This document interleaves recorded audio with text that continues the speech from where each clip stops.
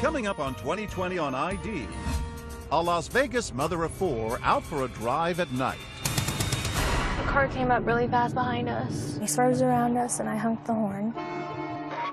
That mother supposedly followed home, gunned down. I was screaming and crying, saying, "Mom's been shot, Mom's been shot." The hunt for her attacker is on. Her family destroyed by grief. But was the first story in the headlines The apparent incident of road rage. the entire story? Wait, what happened? A lot more complicated than the first reports of road rage. What really happened that night? We put all the pieces together. Witnesses telling what you've never heard before. And the first words out of his mouth, I got them. The victim painted as a villain. People start to wonder, should I be feeling bad for her? Are you all happy? You made my wife look like an animal. And the suspect with his own story to tell. Every direction I went, she would just follow. In this story, nothing is as it appears to be. And whatever happened in Vegas doesn't stay in Vegas. If this were a movie, it would almost be too unrealistic. A dangerous intersection. Welcome to 2020 on ID. I'm John Quinones. It's a tale that seemed all too familiar. A heated exchange between two strangers leads to road rage and then murder. But in the story you're about to see, as the truth unfolds, it reveals a knot of tangled relationships, mistaken identity, and overwhelming fear. As Deborah Roberts first reported in 2015, no one could have seen this chance encounter going so terribly wrong.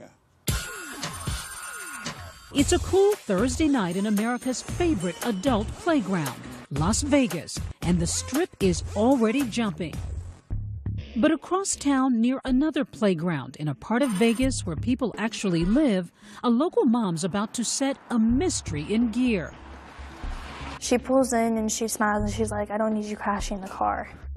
44-year-old Tammy Myers is giving her 15-year-old daughter, Crystal, her first driving lesson. At 10 o'clock at night? Why would you go for a driving lesson at night? I wanted to go at night because, there's no cars around that you can possibly hit. And why'd you pick that area? It's close to home. So Tammy steers her 1993 Buick from the family home on Mount Shasta Circle to this empty parking lot at a nearby junior high school. A parking lot that's just wide open. Tammy and husband Bob have raised 4 kids in this neighborhood, teaching them all to drive right here.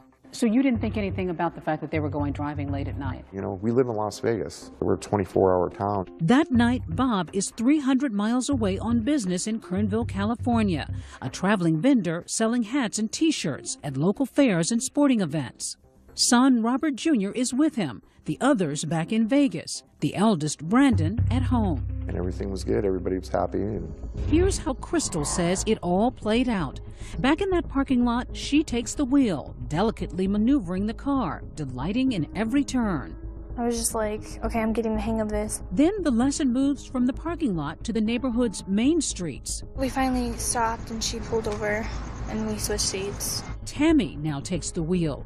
Crystal says her mom is teaching her how to change lanes. She's going at a snail's pace when suddenly an impatient driver appears in the rear view. It was a silver car. I just noticed that he was riding our bumper. And then he swerves around us and I honked the horn. That honk of the horn, something we've all done, would change everything. So then you pull up here. She turns right and right about here. When Crystal says that silver car suddenly sideswipes them. And we had to stop really hard. Who is this guy? Do you know? No, I didn't recognize him. Were you scared? Yeah, I was. I was really scared. And he gets out the car. It's okay. Take your time. And he says, "I'm going to kill you and your daughter." He says, "I'm going to kill you and your daughter?" Yeah. In a panic, Crystal says they flee the scene. But what happens next is a puzzle we piece together. Everyone agrees that sometime after 11 o'clock, 2 cars barrel down Mount Shasta Circle to the end of the cul-de-sac where the Myers live. That old Buick driven by Tammy and a 4-door silver sedan driven by a mystery man in hot pursuit with a gun.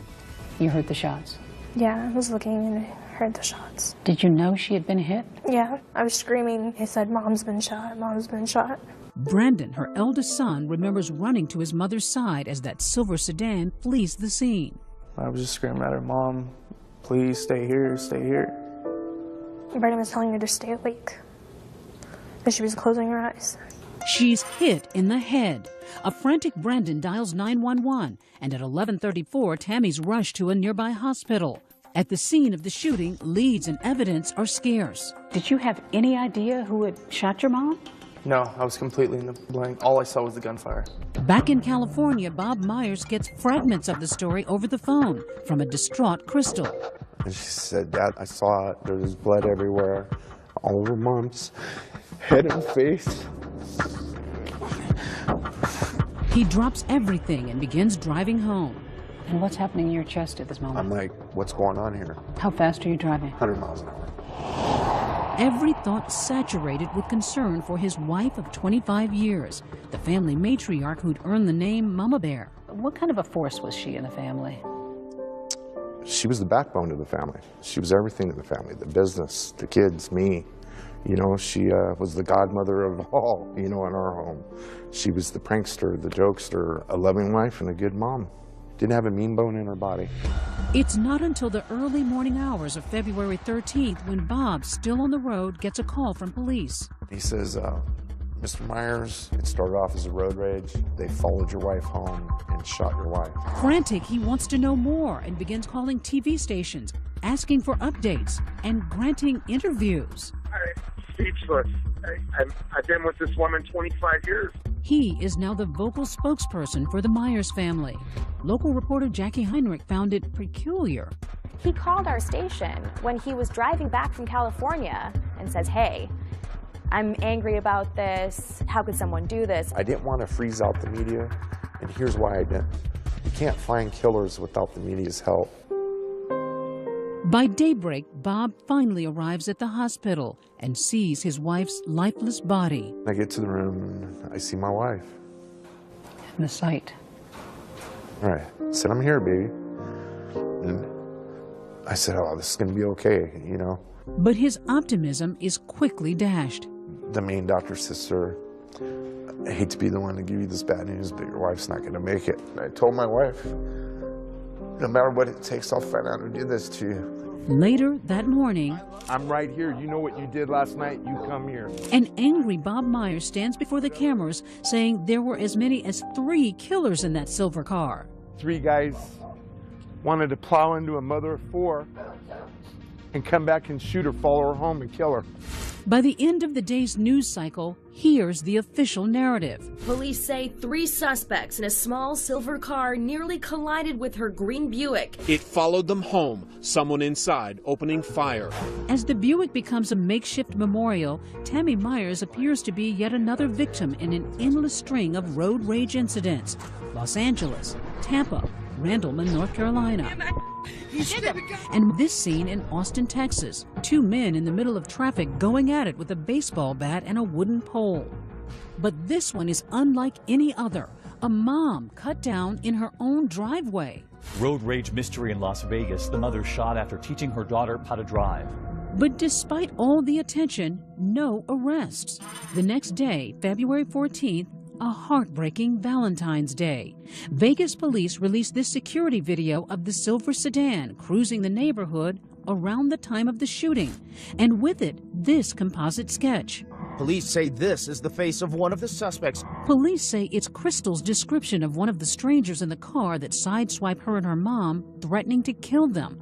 He's a big guy, 6 feet tall, weighing about 180 pounds. As far as we can tell, there was no prior contact with these individuals. They are complete strangers. There's a manhunt for this unknown guy, instilling fear in everyone across the valley. Everyone's like, could this happen to me?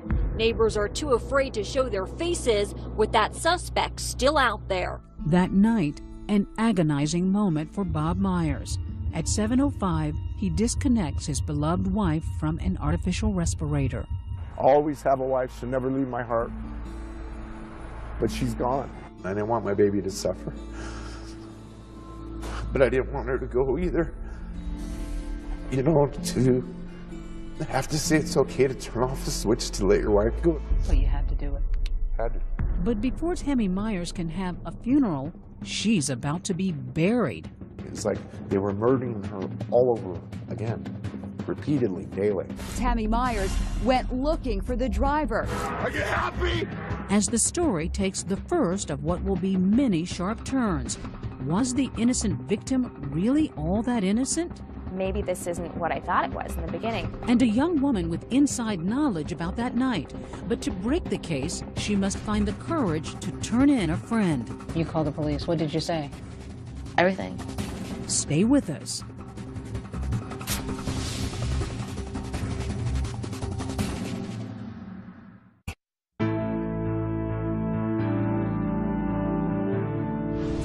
After a chance encounter with an angry driver, mother of 4 Tammy Myers has been shot dead outside her home. It seems like a case of road rage gone terribly wrong. But as Deborah Roberts reports, a piece of new information is about to turn this story on its head. A mother targeted. The hunt for her attacker is on in what's being called a case of road rage. She was a good woman and she didn't deserve this. While police search for the person who gunned down Tammy Myers, her family comes to grips with their loss. 3 days after removing his wife from life support, dear God, protect them in the days to come. Bob Myers holds a candlelight vigil. This is a testament to a good person in a community that needs good people. But now there are as many whispers about shooting victim Tammy Myers as there are prayers for her. I want to keep the facts as they are, because it's starting to get twisted. Just hours earlier, police announced a stunning discovery, one that paints a much different picture of this Las Vegas mom. The reason I wanted everyone here was to just clarify some things. A big piece of the Myers account has been missing. Turns out, between that alleged road rage incident and the shootout, Tammy Myers returned home with no one in pursuit, dropped off her daughter, and instead of dialing 911, picked up her son, who's armed with a gun, and went back on the road. She tells her 15-year-old daughter to wake up her son, who was in bed, and have him come outside and get in the car with her so that they can find who frightened them while they were on the roadway. She got her 22-year-old son to get his weapon. I mean, people start to wonder, should I be feeling bad for her? Local reporter Jackie Heinrich says that surprising and late disclosure changed the whole tone of the story. When the police held a press conference and said, actually, Tammy Myers went back out, then they started to think, maybe this isn't what I thought it was in the beginning. Suddenly, the family is feeling the burn of online hate, with comments like, am I the only one who's glad she got shot? It was a firestorm of people just upset with what they had been told and what they'd been led to believe by the Myers family. On social media, people began to really turn on your wife and your son. Well, it bothered me. All of them did. Because my wife wasn't a troublemaker. Bob is suddenly doing damage control, insisting that this is not a vigil for a vigilante. My son is not an animal. My son is a hero in my book. So what's Brandon's story? He says his mother was convinced that road rager was headed to the house to make good on his death threat. She said, someone's trying to kill us, we need to go now. I'm like, why don't we call 911? You said, let's call 911. Yeah, and she goes, we need to get away from the house. They're trying to hurt us. How scared was she? How was she acting? Like, it was just something I've never seen before. She goes, we need to go now, get in the car, or I'm leaving without you. Did you go back for your gun? No, before I left out the door, I grabbed it. Brandon's gun, a registered Beretta 9mm pistol. Why'd you grab the gun? Just safety precautions. Someone's trying to hurt my family, so I'm gonna come protect them. Brandon claims that, you know, he only went with his mom because she asked him to, and he tried to hold her back and restrain her. But in the end, he got his gun, he got in the car, and he went out looking for these people. Brandon takes me on a drive to relive that night with his frightened mom behind the wheel. And she just, like, pale, her mouth was open. She was terrified. He points out the spot where he says his mom and sister were sideswiped by that angry driver. Happened right here. Right here. Do you see any cars? No, nothing. So he says they call it a night and head home. Still no cars, nobody's coming near you. No one's near us. Completely, it's a ghost town. But then, just as they make a right turn by the junior high school, he says they spot a silver car. So they were right here in front of us. She saw the silver car right here. It was literally right here in front of us. Things would escalate, leading to the shootout in the cul-de-sac, with both Brandon and that mystery shooter exchanging more than 20 rounds. But the exact how and who of the incident still puzzles police. That is, until this woman picks up a phone and drops a dime. You call the police? I felt that I had to. Were you conflicted? Absolutely. I still am, even sitting here. Nearly a week after the shootout, investigators interview this woman, Caitlin Christian. For the first time, she's sharing her story about the night Tammy died. It was about 3 o'clock in the morning. I was sleeping. My phone was going off the wall. She says it's 19-year-old Eric Nausch, a wannabe rapper and pot dealer, seen here in his Instagram photos. Caitlin says he's a close friend with whom she shared everything. You just connect with certain people, and Eric and I had a connection. He had lost his father as he was a kid. I lost my mom when I was a kid, so instantly that just connects people. And so he had that loyalty that I have as well, and so we just became good friends. And that loyalty's about to be tested. It was, I need to come over, something important. How did he sound? Disheveled, shooken up. Caitlin says Nausch comes over to her apartment, confessing to a shooting in his neighborhood. And the first words out of his mouth is, I got them. Telling her he may have shot a rival drug dealer. And then he showed you something. Mm-hmm. What did he show you? Well, he had emptied his backpack. He had pulled out his gun and extra clips for the gun. Nausch leaves. Then, days later, it hits Caitlin. Her friend may have been involved in Tammy Myers' shooting. You read the details, that there's a mom of 4 who's shot and killed. What goes through you at that moment? How could this happen? And I didn't even finish the article before I got up and called. Called? The police. She makes a wrenching decision to turn in her trusting friend. And how did you feel after the conversation once you told them what you knew? Terrible, but there's always a right and a wrong. The next day, SWAT team squad cars surround Eric Nausch's home. He's holed up inside. Our Las Vegas affiliate KTNV is live on the scene. Right now we are in the tactical phase of attempting to take a suspect into custody. Caitlin says she's texting Eric nonstop. So you were trying to convince him to surrender? Right. Still a very confusing scene out here as everybody is arriving here on scene. One of those arriving is the suspect's mother, who's in obvious distress. Guys, please, guys, get back. Please! Turn your phone off! But as the standoff drags into its second hour, questions in this already complex case are multiplying. For one thing, Eric doesn't even drive, and he bears little resemblance to Crystal Myers' description of the shooter. I mean, he's really small. He's nowhere near 6 foot. And just as bizarre, the location of his house, just a block away from the Myers residence on Mount Shasta Circle. We go through the play-by-play on this map with ABC legal analyst Dan Abrams. The irony being that the suspect is right around the corner from this family. They're out looking for some composite sketch of some guy in a road rage incident, and little do they know that it's a block away. You can literally see his home from my front door. And you walked over to his home really angry. Pajamas and all. I'm quite white. You were yelling. Oh, I was upset. No, it ain't okay. Bob Myers is devastated, the police stopping him from getting any closer. And in that moment, his understandable grief turns to unforgiving anger.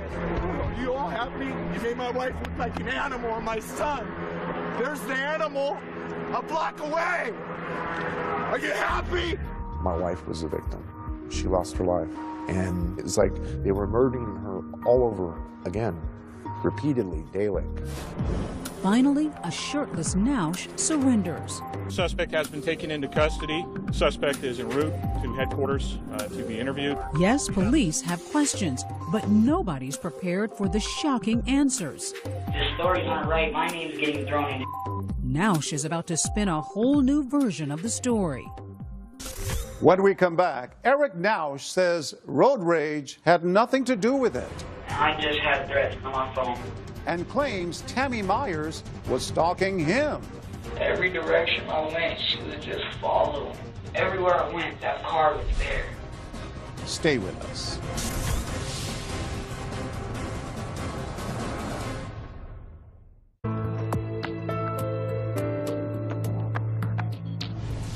1 week after the murder of Tammy Myers, there is an arrest in the case. But as police bring the suspect in for questioning, the twists and turns continue. Once again, here's Deborah Roberts. Well, a teenager in custody. His name is Eric Nausch. We know the suspect is here at Metro headquarters. While the media churns the news of Eric Nausch's arrest, the 19-year-old suspect himself is alone with his thoughts, slumped across an interrogation table, while others are thinking, just who is this kid? His Instagram account is full of photos of what appear to be drugs. By all accounts, Nausch is a wannabe gangster rapper and low-level drug dealer known on the streets as Baby G, the kind of guy who ends up either famous or in jail, or in this case, both. You got your water? All good? All right. But his close friend Caitlin Christian sees him more as a lost child whose father committed suicide in 2010 and is now living with his mother and a baby sister. Eric is a good person. Eric has a huge heart. Was he a troubled kid? I don't believe so. He wasn't a violent person. I believe that there's a void when a parent's not there, but I don't think he was a troubled individual, no.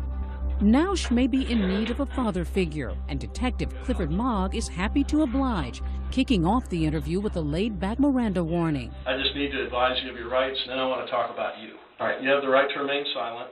After some friendly talk, So, tell me about Eric. the cuffs are off, trust building, You'll be cool with us, aren't you? and very slowly Detective Mogg starts pulling the string. In your mind, what's this all about? Tell me. Well, you guys think that I did something? Nausch says he's no killer, just a pothead who likes to light up at Anson Park. Curiously, the park just across the street from the junior high school where Tammy Myers was giving that driving lesson. The park has always been my #1 spot. But Nausch says on the night of Tammy's murder, he was hanging out at this guy's house, Yeah. Murder, kill. a local rapper named Young Crane. I went over there sometime between the afternoon and I was there until the next morning. Then talk of weapons. Have you ever been in possession of any handguns, real guns? Yeah, but I got rid of it. When? Probably about like a month ago. So describe the gun. It was like this big, and it was black and it was silver. Much needed protection, Nausch says, because rival drug dealers had been threatening him and his family. Kids threaten your family or other people threaten your family? Yes. An hour later, detectives finally reveal their hand, letting Nausch know they've already blown up his alibi, because his best friend Caitlin has told them everything. Katie really likes you. She said you were like a little brother to her. Where he'd been, what he'd done, and the gun he did it with. I knew about that gun that you were talking about way before you ever told me. This is crazy, dude. It is.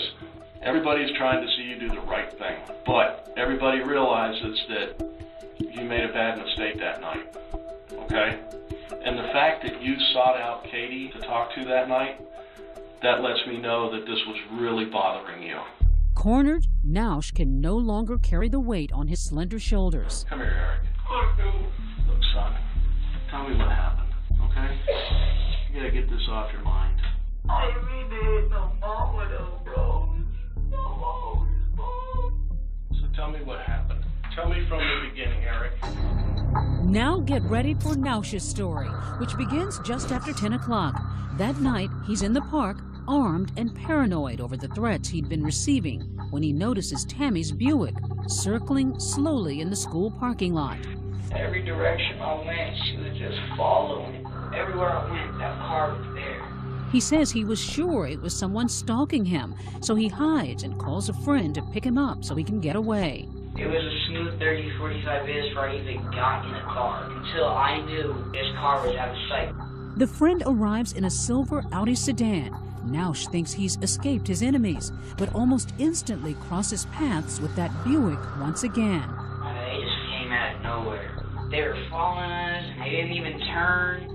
He tells police something that surprises them, that someone in the other car was brandishing a gun at him. So far, we have you telling us that these people were waving a gun, okay? Waving a gun out the window. Listen to me. Nobody but you have said that. And he reveals something else that thus far has gone unreported. He fires shots at Tammy's car even before the fatal shooting. And I just cocked it back and I started shooting them. He says the cars separate and he starts heading home. But as he turns onto a street, suddenly they are once again face to face. And go back and they're passing my house, dude. With their arms out and everything, they're passing my house.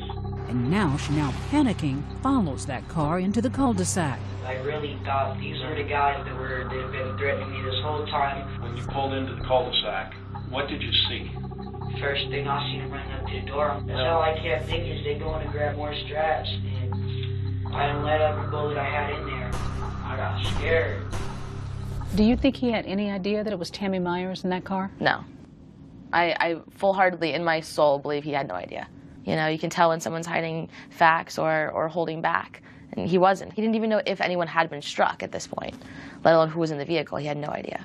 After unloading his gun, Nausch flees the scene, thinking he'd protected his family. It's only days later, Caitlin says, they both realize he may have just destroyed one. What was his reaction when he realized that it was Tammy? Nauseating remorse. Like, he could not understand how it happened. How did it go from, I was terrified and these are some punk kids looking for me, to the life of a mother. He saves his biggest surprise for last, telling police Myers is not only one of his neighbors, he knows her, has eaten dinner at her table. So you know the family? I know the whole family, man. Is there anything you want me to tell the family? Like, my intentions were to take someone who was going to harm my family up. Not my homie's mom. Not Tammy. The stunning relationship is confirmed for the first time when Bob Myers later addresses the press. We knew how bad he was, but we didn't know he was this bad. Myers claiming his wife had mentored the troubled youth. My wife spent countless hours at that park consoling this boy. She was really good to him. She fed him, she gave him money, she told him to pull his pants up. Some saw it as odd that you didn't disclose that you knew him to the media at one point, and then later on you did. Because I didn't know. I never knew Nausch's last name. I knew him as Eric. I didn't know until I saw his picture on television. Detectives leave their suspect alone in that room, this time to call his mother and let her know he won't be coming home. Mom, I love you. I love you. Okay, I've already told them everything. The only reason I confessed, Mom, was because they knew everything. But the case is far from closed. Nausch won't give up the driver of the silver sedan and claims no knowledge of any prior road rage incident. The so-called confession has some problems with it. And was there a darker side to the relationship between Tammy and her killer? Mrs. Myers used to come to the park and try to purchase things off of him. Stay with us.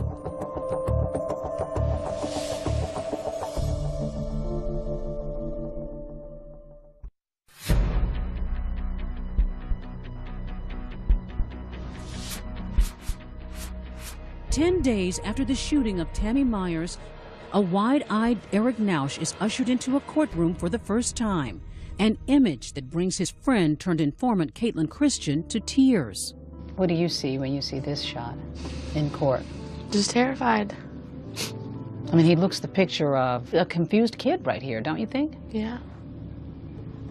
In court, Nausch is with his new defense team, Conrad and Augustus Klaus. They're known around town for their assertive advertising, and now for an assertive defense. We are conducting our own investigations, and some of those already appear to be bearing fruit. The Klauses want that interrogation tape tossed out, And I just cocked it back and I started shooting on him. saying their client had smoked pot right before surrendering to police and was impaired while making those statements. The fact that our client was high and the police knew it compromises the result. But they're not just betting on a technicality. They claim the killing of Tammy Myers was justified. The facts seem to point to self-defense in this situation. I think there's a possibility, at least, that he was feeling like his life was in immediate danger. Now, I think in a court of law, it's going to be very hard to prove that, firing 20-some-odd rounds is self-defense. Do you think Eric should go to prison as a murderer? No. But I don't think Eric needs to go away forever. Because, she says, for months, Eric was facing a barrage of anonymous death threats from what he suspected were rival drug dealers. The situation serious enough for him to get that .45 caliber pistol. What kind of threats? He said they would come through text messages, phone calls, Facebook messages. He didn't know who they were, but that they were going to skin him, skin his baby sister alive, take care of his mom as well. You saw the actual text messages? Absolutely. And as Nausch says repeatedly in his interrogation video, he thought they'd come for him the night of February 12th. In his mind, it's they threatened me. This was them coming at me. This was me protecting myself. And she believes Nausch's claim that he saw someone pointing a gun at him from Tammy's car, prompting him to begin shooting. But there's no doubt in your mind that he felt that somebody waved a gun at him, that he saw that. Absolutely. There's no doubt in my mind that he felt absolutely threatened, that it was me or it was them. But Brandon Myers insists he never revealed his gun. Did you wave your gun? No, not at all. Given the Myers family's previous omissions, Jackie Heinrich has trouble believing them. Her suspicions turbocharged by rumors among people who knew Nausch, like Anthony Lee, and what they claim was the true nature of the relationship between Tammy and Nausch. Mentor and mentee, or something more sinister. Mrs. Myers used to come to the park and try to purchase things off of him. Find out that it has more to do with drugs than mentorship. Heinrich points out that investigators found the painkiller oxycodone in Tammy's purse. We don't know if that is related to their relationship or if that's separate, if that's totally on the up and up. Nausch never mentioned anything of the sort in his interrogation, but the accusations lead to headlines like this, suggesting the shootout wasn't about aggressive driving at all, but about dirty drug dealing. The one thing that we can positively say at this point is that this case was not about road rage. But according to Bob Myers, it was all just the defense trying to muddy the waters, one of many off-the-wall theories his family has had to knock down. It's just one thing after the other. It's like my daughter was pregnant by him and they were in a relationship, or my wife was in a relationship with him, or it was a drug deal gone bad. Did anybody in your family ever buy drugs from him? Definitely not. Some questioned the fact that your wife had oxycodone in her purse. Yeah. She had a prescription for it. She had a prescription for 3 years for it. How do you plead to count 1, murder with use of a deadly weapon? Not guilty. On March 12th, Nausch pleads not guilty to murder charges as police are closing in on another piece of the puzzle. Who was driving the car when Tammy Myers was shot? Nausch won't say, but cell phone records lead police to his 27-year-old buddy, Derek Andrews, owner of a silver Audi, which sure looks a lot like the car in the security video. Andrews and Nausch are soon seated side by side once more, not in the Audi, but in a courtroom with matching jumpsuits. This was an act of unprovoked use of force on behalf of Mr. Nausch, with Mr. Andrews being the driver and complicit in this act.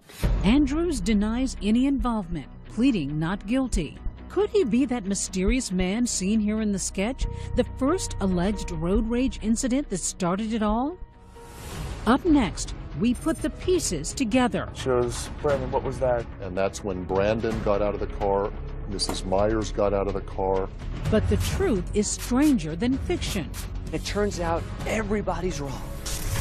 Don't go away.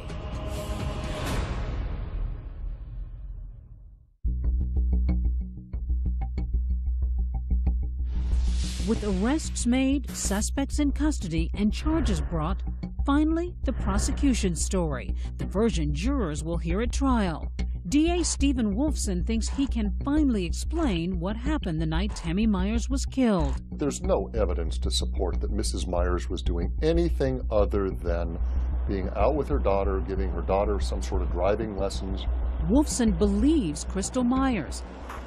Yet what happened next is a series of bizarre, tragic coincidences, the odds of which, even by Vegas standards, are incalculable. 10:10 p.m. Tammy's offering that driving lesson to her daughter in the school parking lot. By coincidence, Eric Nausch is in a park across the street. He's carrying a .45 caliber handgun and the weight of the world on his shoulders after death threats from some rivals. Now this is a kid, in my opinion, who had a .45 caliber weapon that speaks volumes. A .45 caliber is a huge weapon. Nausch notices the Myers vehicle and its slow-moving maneuvers and apparently misconstrues that as a threat. He thinks the driver is stalking him. And nobody seems to dispute that it all started right here in this junior high school parking lot. Just out for some driving lessons. 10:50 p.m. After the driving lesson, Tammy Myers gets back behind the wheel and begins heading home. 10:56, she sees a silver sedan speed up behind her and pass aggressively. Her impulsive teen daughter makes a fateful decision. Crystal reaches over and slams on the horn. If that horn hadn't been honked, none of this probably would have happened. It's full-on road rage as the silver car pulls in front of the Myers. Crystal says the driver hops out, walks toward her mom's car and says, "I'm gonna kill you and come back for your daughter." We'd be very interested to find out who was in that other car, because we don't believe it was Mr. Nausch. Back at the park, Nausch is being picked up by friend Derek Andrews, coincidentally driving a different silver sedan. Meantime, Tammy Myers makes it back home, and instead of dialing 911, drops off her daughter and picks up 22-year-old son Brandon, who grabs his pistol. He happens to be a registered handgun owner.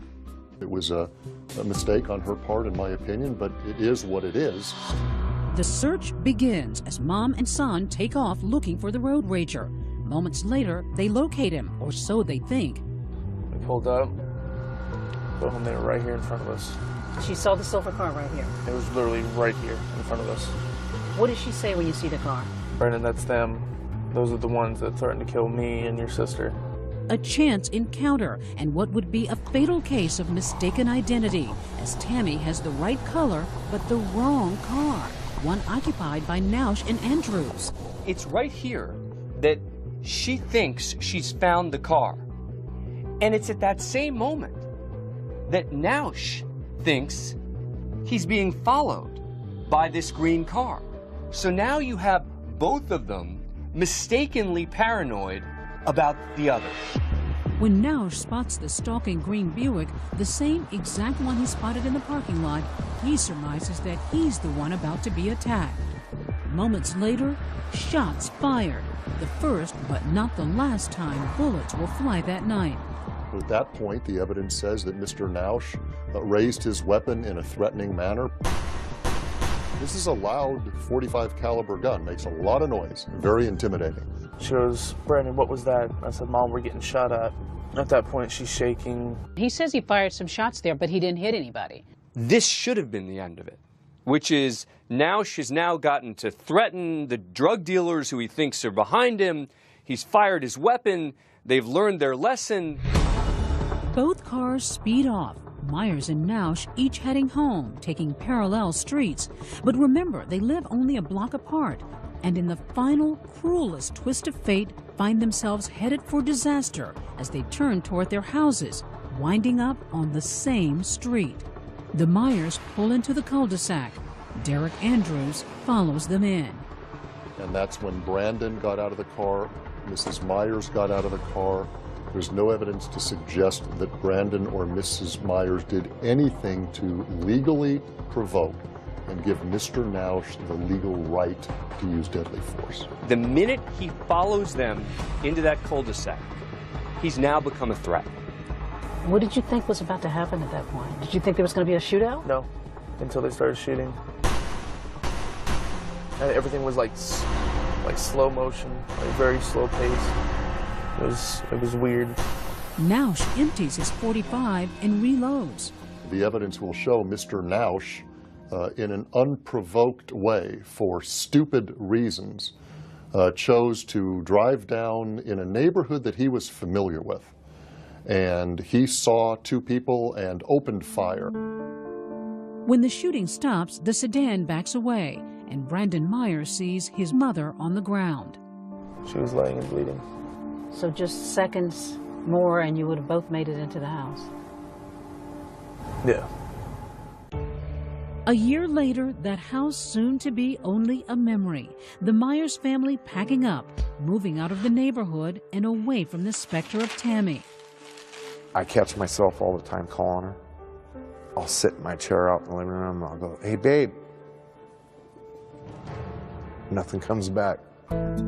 The quiet cul-de-sac, once a safe and secure street for the boys' football fun, will now be remembered for the woman it could not protect. And I hate looking at this. I just stare at the ground right there. And I know that she was right there. The family has had a book written telling their side of the story as they await the trial of Eric Nausch. Bob will wait until after that to lay his wife's ashes to rest. You haven't buried your wife? Oh, no. Why not? Because everything that was said about my wife. When I put my wife in the ground, I want all the truth out. And I think the only way we're going to get that out is from a trial. Mrs. Myers, as I understand it, was a nice lady who was willing to try and help a troubled kid. That's what the evidence will show and nothing more. They're all over here driving around like clowns. A year later, another incident in Las Vegas between the driver of this truck and a motorcyclist. But Brandon Myers didn't need to see that to give peace a chance. In the wake of his mother's death, he surrenders the 9mm pistol he took with him that fateful night. The cops have it. I mean, I told them I don't want it back. They can keep it. For Crystal, the youngest Myers child, life has been difficult. The loss, the scorn, the guilt.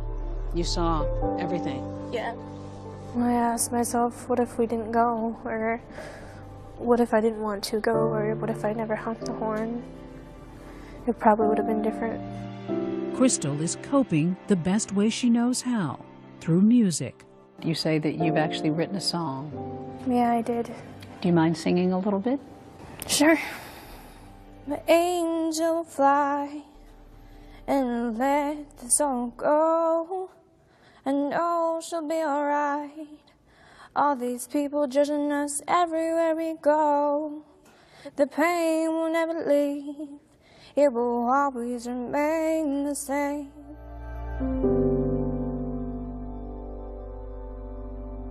In the end, the Myers family did not see the trial they had been waiting for. In March 2016, Eric Nausch changed his plea to guilty for second-degree murder.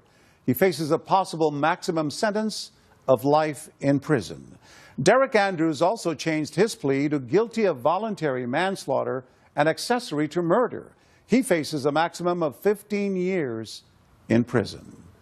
I'm John Quinones. Please join us next time for another edition of 2020 on ID.